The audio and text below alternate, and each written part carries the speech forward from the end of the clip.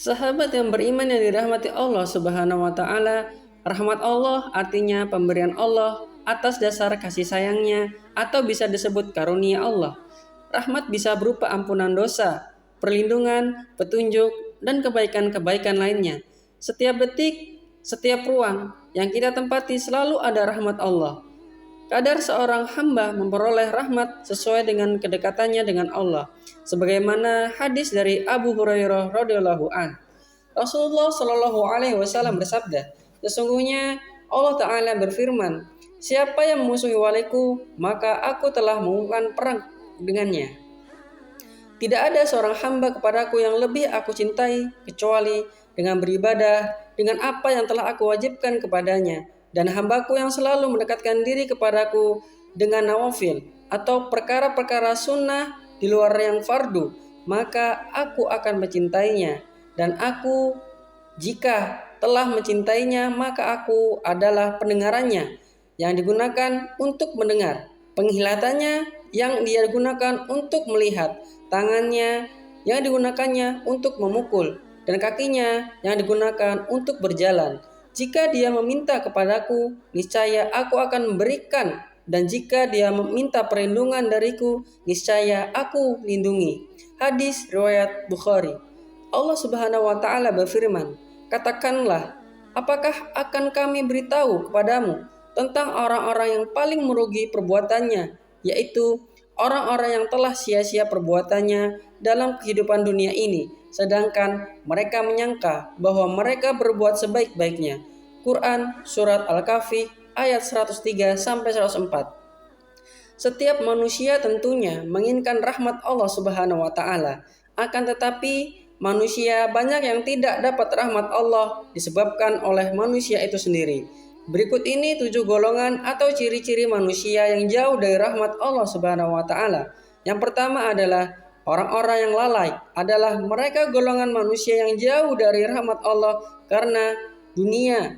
Allah Subhanahu wa taala telah mengunci mati hati mereka, pendengaran mereka dan penglihatan mereka daripada waktu mereka untuk bertobat, niscaya tiadalah melainkan mereka tetap dengan kesesatannya, sehingga menyebabkan mereka lalai dari mengingat Allah Subhanahu wa taala. Allah Subhanahu wa taala berfirman, mereka itulah orang-orang yang hati, pendengaran dan penglihatannya telah dikunci mati oleh Allah, dan mereka itulah orang-orang yang lalai. Pastilah bahwa mereka di akhirat nanti adalah orang-orang yang merugi. Quran Surat An-Nahl ayat 108-109. Lalu yang kedua, golongan setan atau lupa pada Allah Subhanahu wa taala, yaitu golongan manusia yang menuruti hawa nafsunya sedang mereka berkawan kan setan dalam kehidupannya.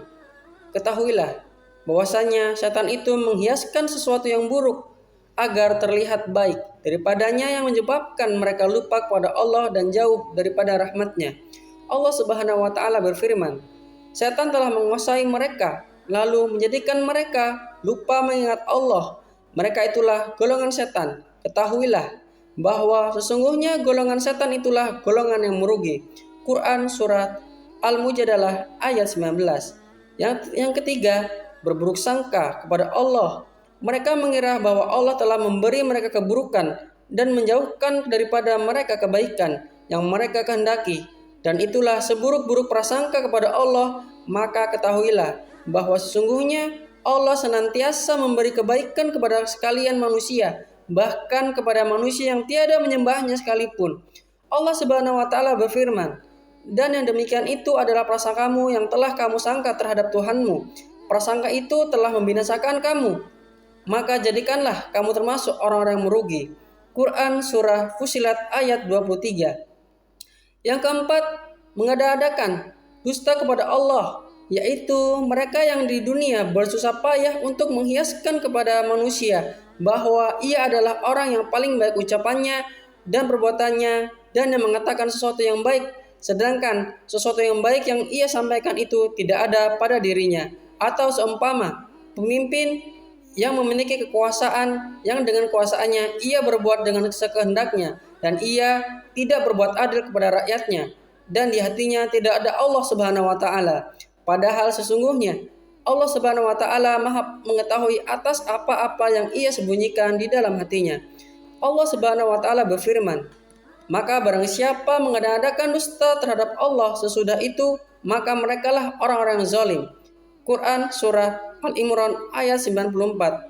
Lalu yang kelima, aniaya, yaitu mereka yang tidak berlaku adil terhadap sesama, yang cenderung merugikan orang lain demi keuntungan yang ia akan peroleh untuk dirinya sendiri. Allah Subhanahu wa taala berfirman, "Hai orang-orang yang beriman, janganlah kamu saling memakan harta sesamamu dengan jalan yang batil, kecuali dengan jalan perniagaan yang berlaku dengan suka sama suka di antara kamu, dan janganlah kamu membunuh dirimu. Sesungguhnya Allah adalah Maha Penyayang kepadamu. Dan barang siapa berbuat demikian dengan melanggar hak dan aniaya, maka kami kelak akan memasukkannya ke dalam neraka yang sedemikian itu adalah mudah bagi Allah." Quran surat An-Nisa ayat 29 sampai 30. Lalu yang keenam, mentaati pemimpin yang zalim. Janganlah Anda mengikuti pemimpin yang zalim yang tidak berlaku baik terhadap sesama dan yang menyeru untuk terjun kepada lembah kebinasaan, karena sesungguhnya ia adalah musuhmu. Maka hendaknya kita menasihatinya dan mengembalikannya kepada jalan yang benar. Allah Subhanahu wa taala berfirman, "Dan sesungguhnya jika kamu sekalian mentaati manusia yang seperti kamu, niscaya bila demikian kamu benar-benar menjadi orang-orang merugi." Quran surat Al-Mu'minun ayat 34. Kemudian yang ketujuh, percaya kepada kebatilan dan ingkar kepada Allah Subhanahu wa taala. Allah Subhanahu wa taala berfirman, "Katakanlah, cukuplah Allah menjadi saksi antara aku dan di antara kamu.